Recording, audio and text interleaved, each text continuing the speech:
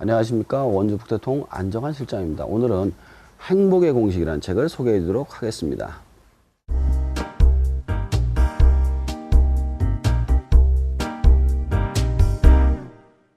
자, 원래 이 책의 제목은 행복의 과학입니다. 그래서 행복을 과학적으로 측정해서 어떻게 확장시키고 어떻게 해야지만 행복한 삶을 살 수 있는지 설명해 주는 그런 책이 되겠습니다.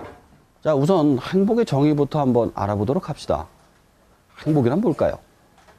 많은 정의가 나올 수 있지만 이 책 속에서는 순간적인 감정의 하나일 뿐이다 라고 이야기를 해주고 있습니다.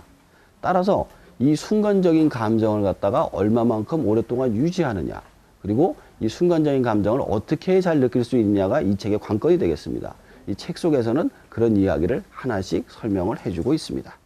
자, 이 책에서는 어떤 극단적인 예를 하나 들고 있는데요. 그러니까 로또 복권에 당첨된 사람 하나하고요, 교통사고가 나가지고 하반신 마비가 된 사람이 있었습니다. 이 두 사람의 행복 지수를 갖다가 비교해 보면 말이죠, 처음에서부터 2주간 극도로 반으로 날립니다. 그러니까 로또 복권에 당첨된 사람은 행복 지수가 쫙 올라가고 사고 난 사람은 쭉 떨어지죠. 그리고 이제 이게 점점 곡선이 완만해집니다. 양쪽이 다. 그리고 이제 49일쯤 지나면 대부분의 사람이 평상시로 돌아간다고 합니다. 이 이야기는 무엇이냐? 행복이나 불행이라는 것은 순간적인 감정에 불과할 뿐이고 인간이라는 존재는 거기에 적응을 한다는 거죠.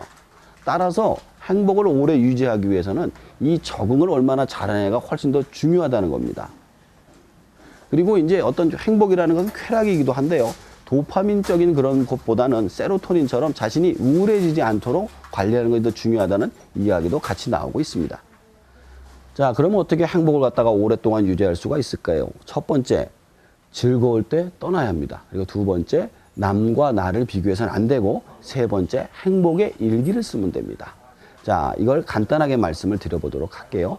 첫 번째, 가장 행복할 때 떠나라. 이 얘기는 뭐냐면은 파티에 갔을 때 파티가 가장 즐거울 때 떠나면 기억에 남습니다. 하지만 아무리 좋은 파티도 오랫동안 하다 보면 지겨워지거든요. 결국 기억에 남는 거는 지겨운 것밖에 안 남습니다. 그래서 어떤 일을 할 때, 아, 내가 굉장히 행복하구나. 아, 이 정도면 됐구나. 라고 꽉 찼을 때, 밥을 먹을 때도 마찬가지로 배가 부를만 할 때, 맛있는 음식을 먹었을 때, 아, 맛을 최고로 느꼈을 때, 그때 그만두면 기억에 오래오래 남게 되는 거죠. 사실 추억이라는 게 그렇거든요. 오래 있으면은 지겹지만 그때가 즐거운 때가 기억에 남는 것이기 때문입니다. 두 번째, 남과 나를 비교하지 말아요. 책에서는 극단적으로 얘기하는데 당신이 불행한 이유는 당신 옆에 있는 사람 때문이다. 왜냐하면 사람은 끊임없이 경쟁하고 비교하는 존재이기 때문이죠.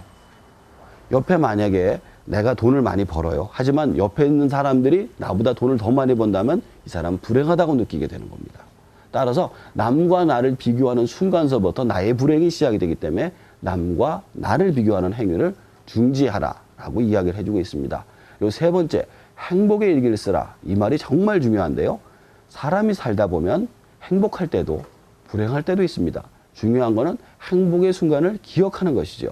따라서 행복했던 순간을 사진으로 찍고 글로 써가지고 남긴다면은 오랫동안 행복의 기억을 가질 수 있는 것입니다. 제가 이 책을 소개해드린 이유는 우리나라 자살률이 세계에서 가장 높습니다. 특히 20대 같은 경우에는 사망률의 절반이 자살이라고 하죠. 결국 우리나라의 어떤 정신건강 관리가 전혀 안 돼 있다는 이야기도 하죠. 이 책은 독일이 한때 세계에서 가장 높은 자살률이 높았을 때 나왔던 책이라고 합니다. 따라서 여러분들도 자신의 어떤 정신건강 관리와 다른 사람들을 위한 정신건강 관리를 위해서 꼭 한번 읽어보시기 바랍니다.